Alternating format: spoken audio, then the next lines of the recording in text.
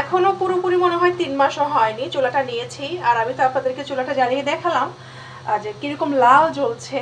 আর লাল করে আগুন জ্বলা মানেই হচ্ছে কালি ওঠা, আর কালি উঠলে অনেক ঝামেলা।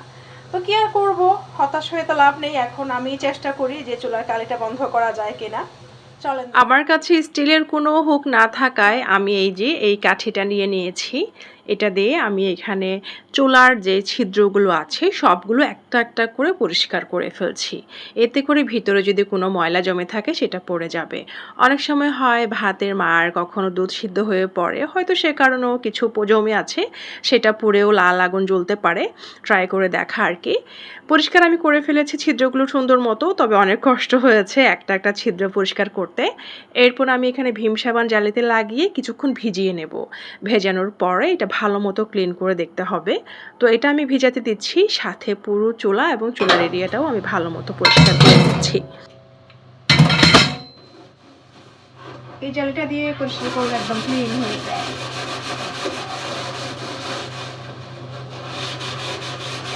চুলা এবং চুলার এরিয়াটা ঝকঝকে চকচকে করে একটু সাজিয়ে নিলাম, যেহেতু রান্নার শুট করব। তো চলেন দেখি আমি এত কষ্ট করেছি, কষ্ট কতটুকু সার্থক হয়েছে। বিসমিল্লাহির রহমানির রহিম। আলহামদুলিল্লাহ, একদমই কিন্তু লাল আগুন জ্বলছে না, একদম নীল জ্বলছে। ওয়াও, মাশাআল্লাহ, কষ্ট সার্থক ঠিক করতে পেরে তো আমি অনেক বেশি খুশি। চলেন এবার রান্না করি। হাঁড়ি নিয়ে নিয়েছি।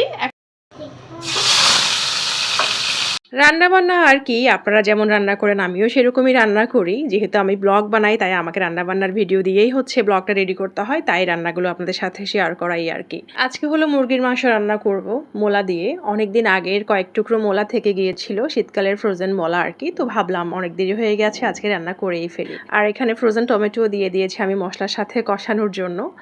তো মুরগি রান্না করছি, ব্রয়লার চিকেন, এটুকুই। তো কিভাবে রান্না করছি সব তো দেখতেই পাচ্ছেন। আমি যেহেতু রেসিপি শেয়ার করছি না, আছে কিছু রেসিপি যেগুলো হয় একটু স্পেশাল, আমিও অন্যদের কাছ থেকে দেখে শিখেছি, সেগুলো দেখা যায় একটু ডিটেলসে জানাই। যেমন বলি বিহারি চিকেন, আমি কখনো ট্রাই করিনি আজ পর্যন্ত, রেস্টুরেন্টেও খাওয়া হয়নি, বাসায়ও ট্রাই করিনি। সেদিন এক আপুর ভিডিওতে দেখলাম যে তিনি ব্রয়লার মুরগি দিয়ে বিহারি চিকেন করেছে, আর সেটা নাকি খেতে ভীষণ মজা হয়েছে।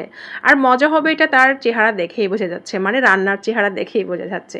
তো আমি চিন্তা করলাম আমিও একদিন বিহারি চিকেন ট্রাই করব, তবে কখন ট্রাই করব জানি না। যখনই ট্রাই করি অবশ্যই আপনাদের সাথে শেয়ার করব ডিটেলসে।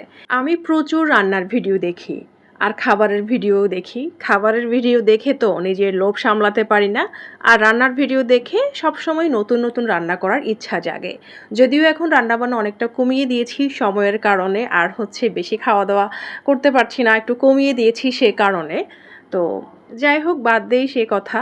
তো এখন আসি হচ্ছে, এখানে আমি নিয়েছি মুরগির বুকের মাংস ছোট ছোট 3 টুকরো, সাথে পেঁয়াজ রসুন আদা দিয়ে আমি ব্লেন্ড করে নিয়েছি। একটা কাঁচামরিচও দিয়েছিলাম, অল্প ঝালের কাঁচামরিচ দিয়েছি, আমার ছেলে নয়তো খেতে পারবে না।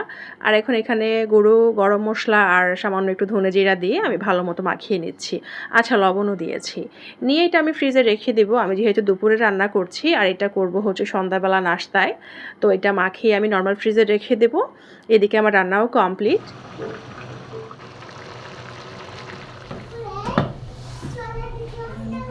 সবশেষে ভাতটাও রান্না করে নিয়েছি, আর বাসায় আমরা মানুষ কম, শুধু 2 জন আর ফায়াজ আছে, তাই আমি শুধু অল্প ভাত দিয়েছি, আর উপরে আমার জন্য কিছু সিদ্ধ বরবটি বসিয়ে দিয়েছি। আলাদা পাত্রে না দিয়ে একই সাথে দিয়ে দিয়েছি, এতে আমার গ্যাসও সাশ্রয় হবে, সময়ও কম লাগবে। এই যে দুপুরবেলা আমি অল্প একটু ভাত নিয়েছি, রান্না করা চিকেন নিয়ে নিয়েছি, আর সিদ্ধ বরবটি নিয়েছি। এটা দিয়ে আমি খুব মজা করে দুপুরের খাবারটা খেয়ে নেব আলহামদুলিল্লাহ। আমি আসলে একটু কম খাওয়ার চেষ্টা করছি, দোয়া করবেন আমার জন্যে। যাই হোক, খাওয়া দাওয়া রান্নাবান্না শেষে রান্নাঘরটা একদম ক্লিন করে ফেলেছি। কারেন্ট চলে যাওয়ার কারণে এমন অন্ধকার এসেছে, জানি না আপনাদের কাছে দেখতে কেমন লাগছে। এখন আমি একটু রেস্ট করব। ভালো থাকবেন সবাই। আসসালামু আলাইকুম, আল্লাহ হাফেজ।